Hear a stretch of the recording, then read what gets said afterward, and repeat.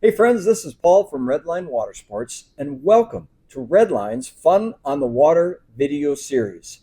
This is a series that's going to help you get the most out of your active water sports, from learning about new gear and equipment and maintenance and all aspects that at Redline we deliver to the water sports community. So we're going to start the first video off today with what does it cost completely to get into an active water sports boat.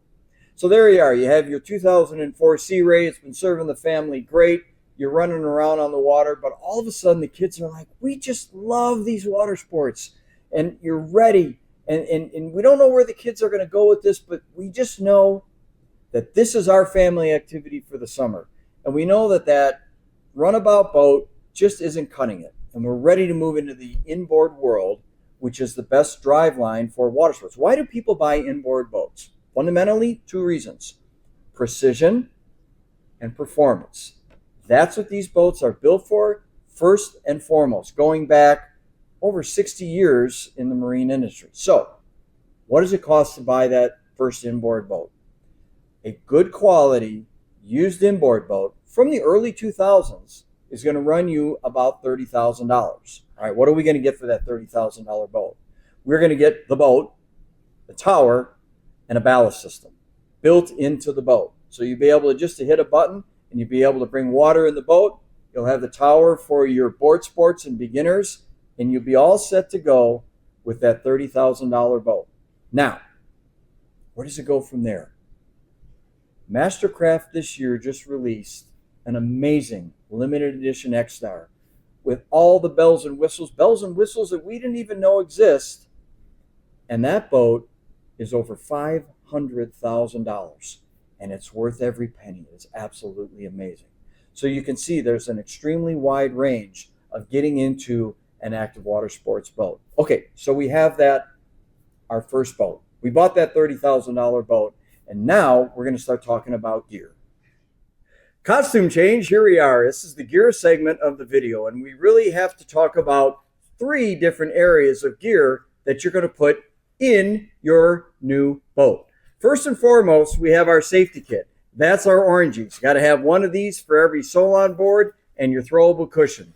Your budget for your safety gear is about $250 to $300. And now it gets fun, because now we're going to go into the active water sports gear. So first, let's talk about the soft goods. We have wonderful vests that you would need for all your participants, because these are far more comfortable than the old orangies. And these come in a variety of sizes for men, women, and children. And these really can be worn all day. They're fantastic. So we've got our vests. And then we have our ropes, because we're hanging on to something behind the boat. So there's going to be a series of ropes for ski, wake, and surf. And then finally, the gear, the boards, wakeboards, water skis, surfboards, knee boards, and yes, tubes. If you factor all of that in, that budget's about $4,000 to $5,000. So now we have our safety gear, got our soft goods, we've got what we call the hard goods, and we are now ready for the water. Okay, we've got the boat, we've got the gear. Now what's next? Where's the boat going to live this summer? Well, it's going to live in one of three places. Either in your garage, and you have a nice tow vehicle that you've already called the service manager at the dealership that you bought it from to know that if your vehicle is strong enough to tow that boat. Or you can have, if you live on the water, your shoreline. Now, that cost is about $50,000 to $75,000 to get a nice dock and a nice modern boat lift. There are also storage units that you can rent all over town for about $250 a month. And finally, within the Madison area and lakes all around Wisconsin, you can rent a slip in a marina, and that cost is about $5,000 to $6,000 for the summer. All right, so we got the boat, we got the gear, we got a place for it. Now guess what? Let's just go out on the water and have fun. And I got one great phrase that most boaters absolutely need to remember, because you're going to have some friends out, right?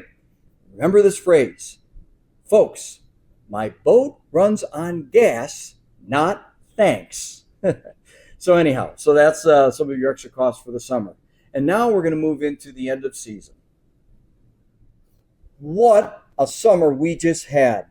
Memories, Social media is on fire with all the videos you put up of having fun doing wakeboarding and surfing and skiing and just having a great time. But we're out of sunscreen. It's mid-September, and the kids are back to school. So we have to say, all right, we've got to close this summer down and we've got to finish strong. And part of that is proper maintenance and proper storage of your boat. So here's where we are with costs. At Redline Watersports, we have a maintenance program. It's called The Journey.